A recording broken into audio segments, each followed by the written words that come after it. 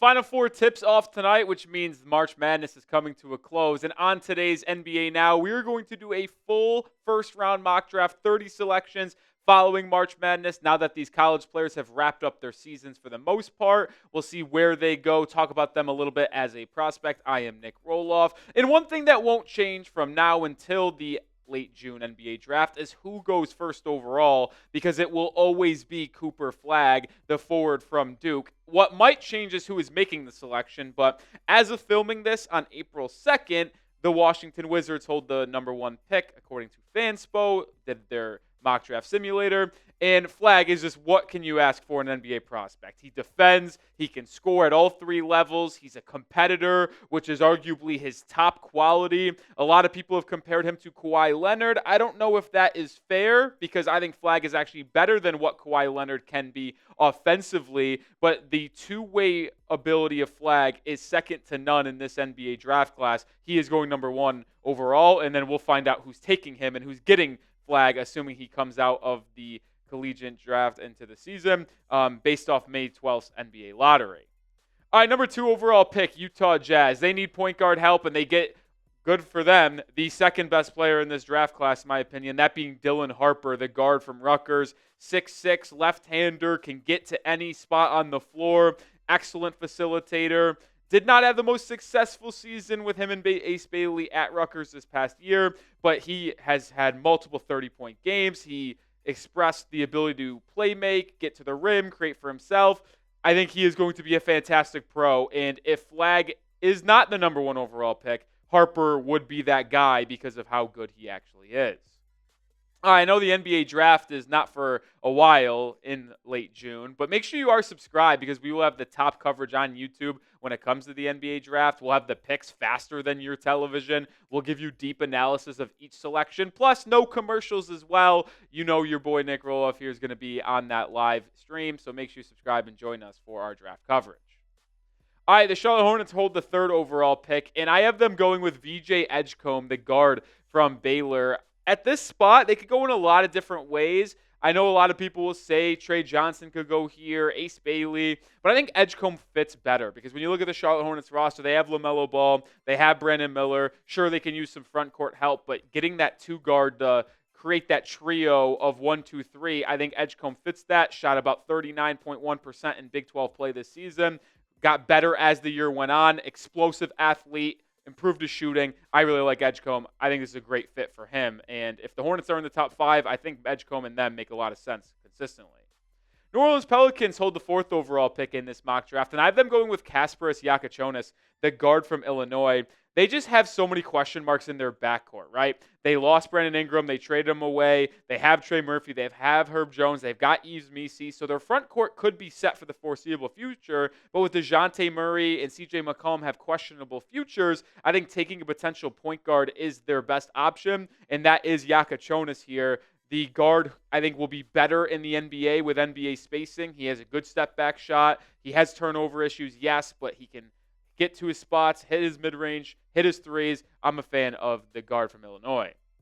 At number 5 here, this is a pick I have not made a lot, but I have the 76ers keeping their pick in the top 6, 5th overall, and going with Khaman Maluach, the center from Duke. He has risen up my boards personally here. I thought I'd have Derek Queen as my number 1 overall center, and I've had that for a while, but Maluach has taken that spot after how I've seen him dominate here in March Madness. He just finishes every lob opportunity around the rim, 7'2" with a rumored 7'6" wingspan. He played in the Olympic qualifiers with a bunch of professionals and balled out, showed an ability to hit some shots from beyond the arc. Didn't do that this year at Duke, but I think there's upside long-term for Maluach as an offensive player, and the rebounding and defense is already there. With Joel Embiid's health and future in question, they get their potential center of the future to pair up with Maxey, Jared McCain, and others, and Khaman Maluach.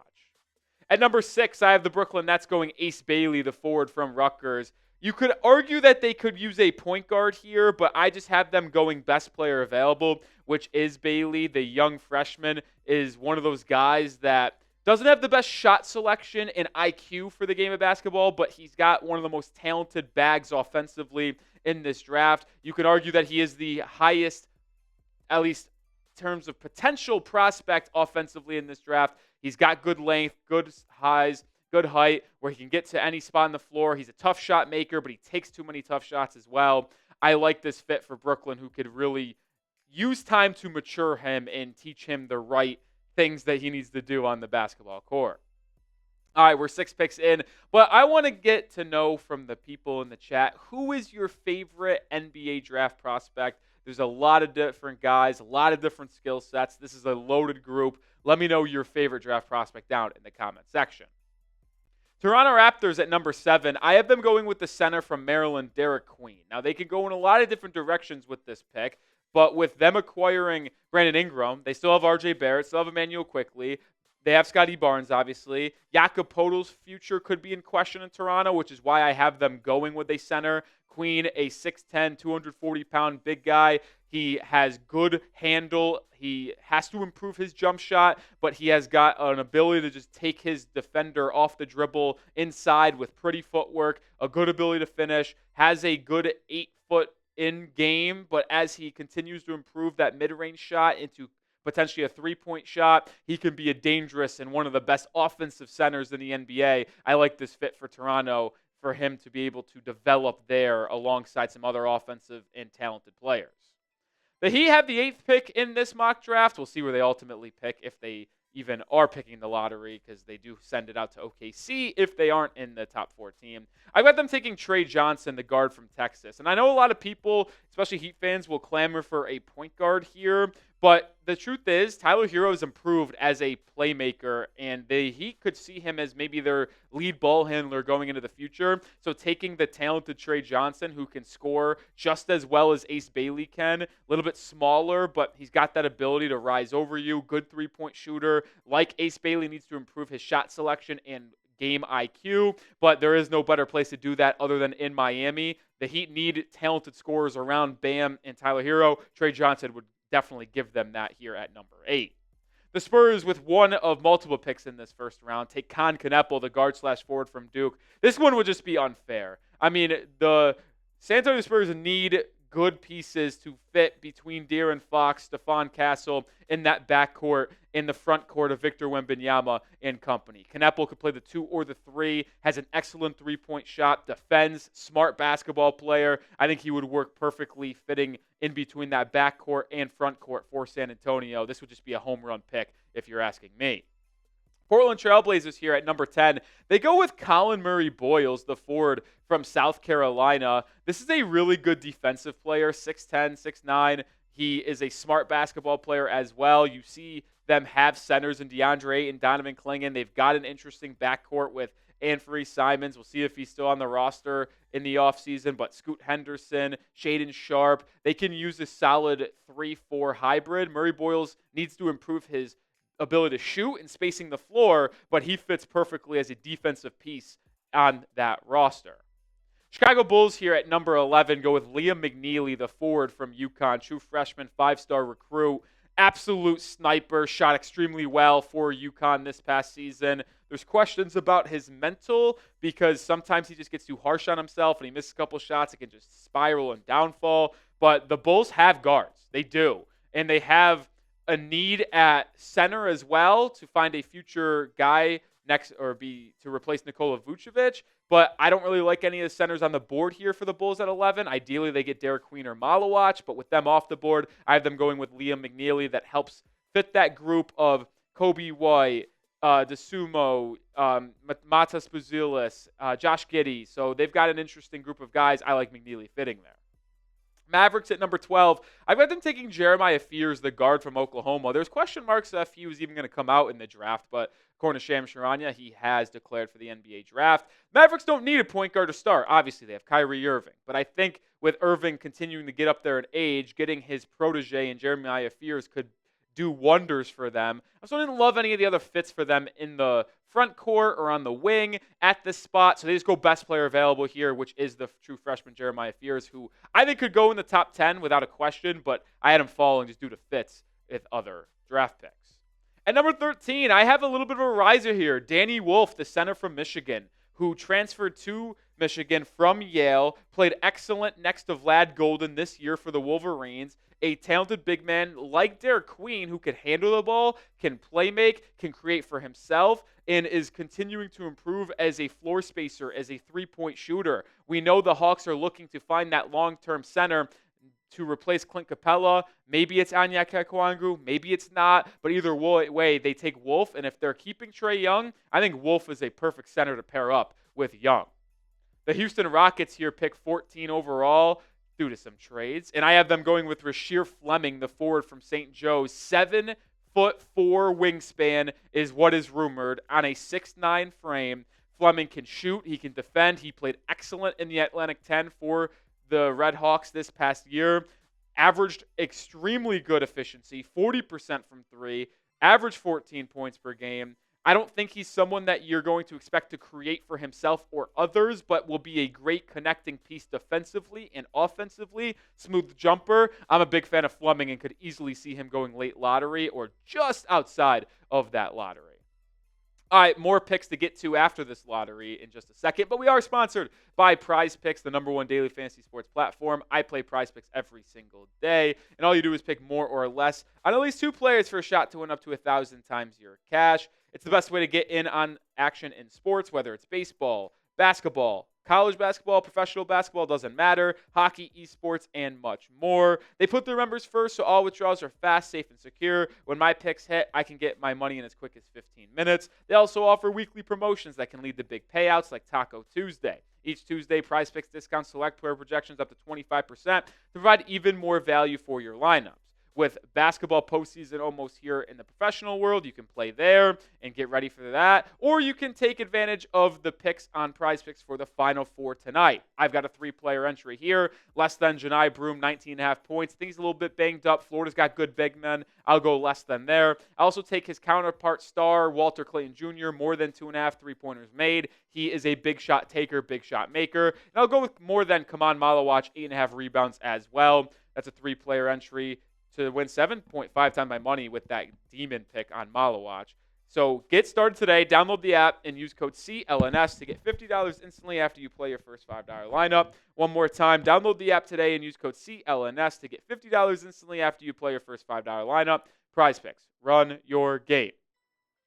All right, first pick outside the lottery here is to the Orlando Magic at number 15. I have them going with the freshman guard from Michigan State, Jace Richardson, son of Jason Richardson. The Magic just need more guard help and shooting overall. They need to complement Franz Wagner, Paolo Banchero. And sure, they could use a big man here that could be a center of their future, but I like this fit with Richardson, who can maybe work off ball with Jalen Suggs, move KCP to the bench, or maybe move Suggs off ball as that defensive guy. Richardson on ball, shot 40% from 3 in the last couple months of the season, average about 17 points a game for Michigan State. I think Richardson fits very well in Orlando. It's an ideal fit for both of them. First international prospect goes to the San Antonio Spurs, Noah Senge, the forward from France. We had them taking Konkanepel earlier in this mock draft. I think Senge is a perfect second selection for them, where they won't require him to play right away, could have him develop in their G League system, or if he's ahead of schedule, plays good ball skills, can defend, good connective piece here. I like Senge, and why not just create the French All-Stars in San Antonio? Utah Jazz, second pick here at number 17. I have them going with Nick Clifford, the forward/guard from Colorado State. One of my personal favorites in this class. Clifford can do it all. Led Colorado State to a win in the tournament against Memphis. Won the Mountain West as well. Averaged 19 points a game this season. Averaged 9.5 boards. 6'6", good wingspan, athlete, good NBA frame. Could fit and play right away off the bench. I just don't think there's many holes in Clifford's game, if I'm going to be honest. The age and upside is probably the only thing limiting him as a potential lottery pick. 18th overall, Minnesota Timberwolves. A fit that I absolutely adore. Carter Bryant, the forward from Arizona. They just need good pieces alongside Anthony Edwards. Bryant, a freshman, like Clifford, has an unbelievably good NBA-ready body right now. Improved down the stretch of the year, and as he improves offensively as a three-point shooter, will be a great 3-and-D specialist. Wonder if he could come back to college and improve his offensive ability and improve his stock for next year. But if not, will be definitely someone going early in this first round as a good 3-and-D guy. The Brooklyn Nets at number 19. I have them going with Agor Demen, the guard from BYU. You can argue this is a little bit too much of a slide for Demen, who was once thought of as a top 10 lock.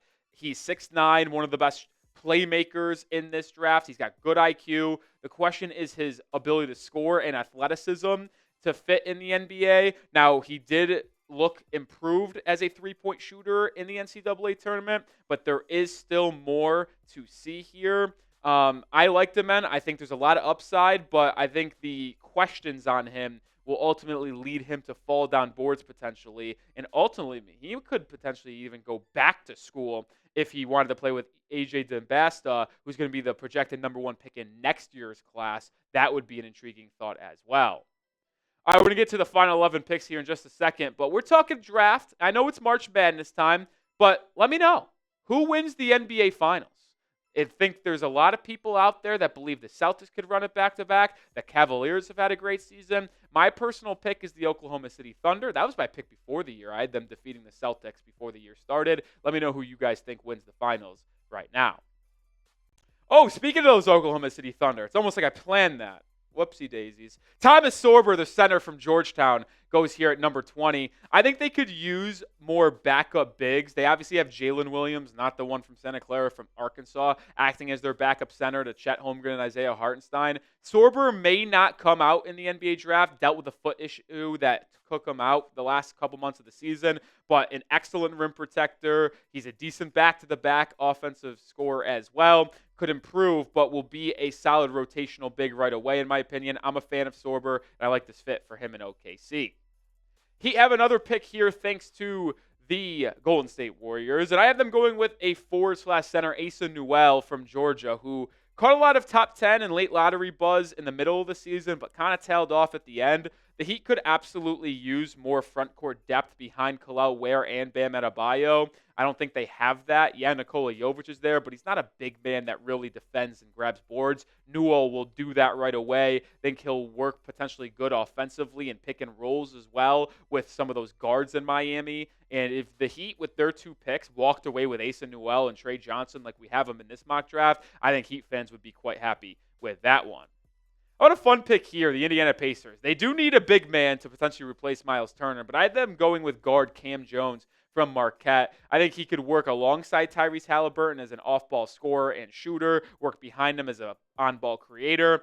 He played in Marquette, obviously, in-state. Could they keep him there? I think it's a lot of fun as a potential fit between Jones and the Pacers.